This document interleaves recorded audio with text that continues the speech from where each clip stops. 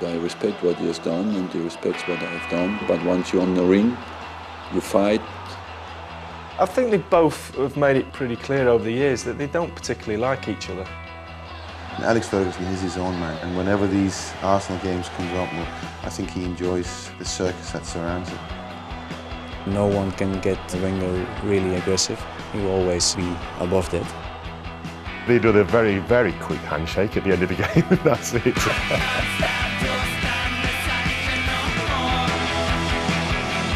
Their rivalries dominated the landscape of English football for nearly a decade. It began in the summer of '96 with the arrival of an unknown Frenchman. He changed everything. He changed the way we trained, the way we ate, and then the way that we played as well. You go back in time and look at what Alex Ferguson's done. He always likes to be challenged.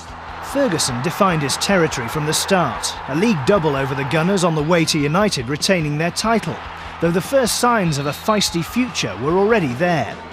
The following season, Wenger gained his first win against United, but when they arrived at Old Trafford, Arsenal were 9 points adrift of their rivals, albeit with 3 games in hand. Basically, everyone said it's a title decider, and I think it was on the day. It was lovely to play because we played at 11 o'clock in the morning. And for myself, it's great. When I wake up, I like to get dressed and start the match. So I was very fit and sharp. Nicely through over Mars, and it's going wide. We were superb, and it shook United a little bit because they perhaps thought they won't be able to come to Old Trafford and beat us here. I can remember that probably Keown gave the pass to Anelka, and I knew already that he is a good jumper, Anelka, so I went behind that, take control, and I shoot it between the legs. And Overmars scores! And that was a major release, also with the fans. It was bad losing to Arsenal, losing at Old Trafford in particular. It's never a good thing. Arsenal have the victory. The gap is closed. That game for Wenger was a real milestone in his battles against Alex Ferguson, and he sort of came to the front and said, "This is my team, you've got to beat me now." You saw that guy with the black leather jacket and the black hair screaming with the hands up. That feeling we had also in the team, like we couldn't lose.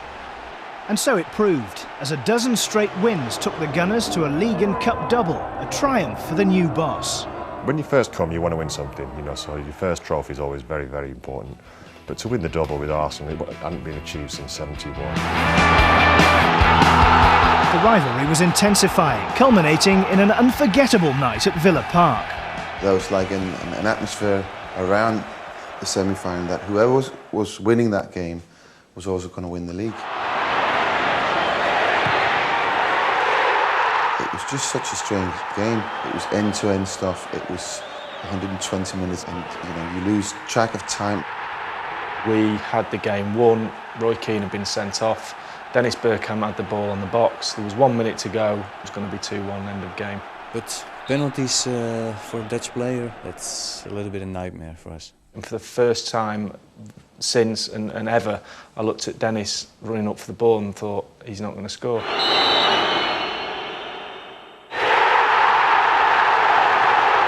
You pick a side, you said, whatever happened, I'm going to go that side. It was a very good save.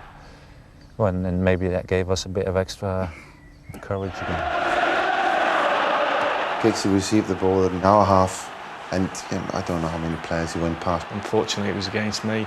On my side, he beat me about 3 or 4 times. I was thinking, shoot, and he didn't, and eventually he ended up with David Seaman. It was the pace that beat me, and I've gone a little bit low to try and get a low shot, and he's whacked it right above my head. Spectacular goal. So, and of course, these games against Arsenal, they're always big games, and especially in the semi-final for the FA Cup. Me and Tony Adams took it on the chin after the game. I remember walking off at Villa Park and standing outside their dressing room and shook hands with every one of their players and said, well done, good luck in the final.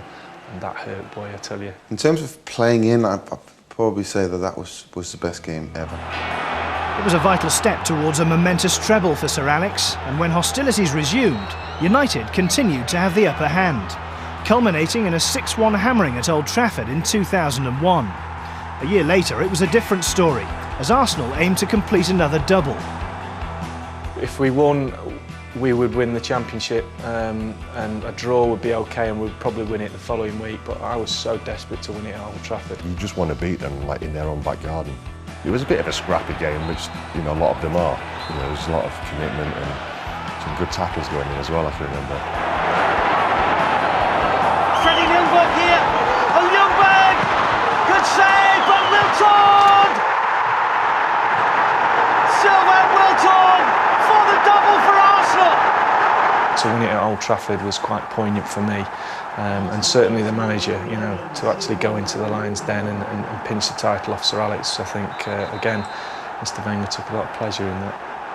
To be fair, the Man United fans they stayed and applauded us off, and we went into the dressing room and we had a bit of a mess about in the dressing room.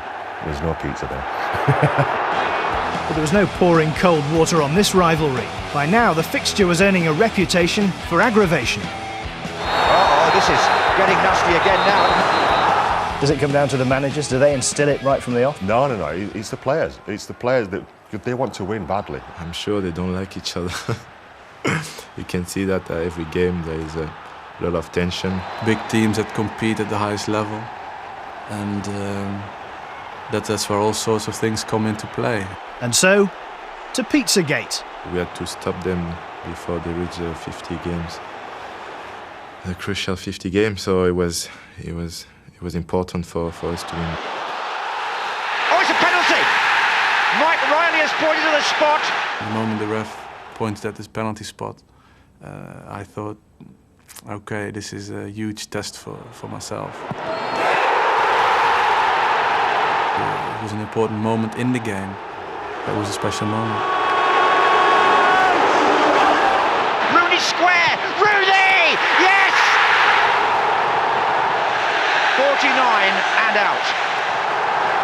This year we just lost, too many games and drew too many games. Things change, and that's what football's all about. Ever changing. The precise details of the projectiles thrown in the Old Trafford tunnel remain unclear, but the insults were still flying in February at Highbury. Nothing more in here. Thank you. Another victory for United that night means just one win separates the two clubs in the 28 games since Wenger arrived. But for the first time in those 9 years, neither are Premiership champions. Jose's come in and he's a serious threat to their domination, to Arsenal and Man United's domination in the Premier League. I think it's really good for the game. It's been Arsenal and Man United since the Premiership started. It is nice to have another team in now. It has diffused the situation between Mr Wenger and Mr Ferguson a little bit, but if the two teams are at the top next season, they'll be back full on again. Their era of total domination may be over. Now it's imperative for Ferguson and Wenger to avoid ending the season without silverware. It's been an incredible, fantastic competition between two great clubs. And it won't be any different on Saturday. They are competitive. And we'll be competitive. It means a lot to us, and especially this one, because we want to finish on a high. And we have battled hard to get in there, and we want to finish well this cup final.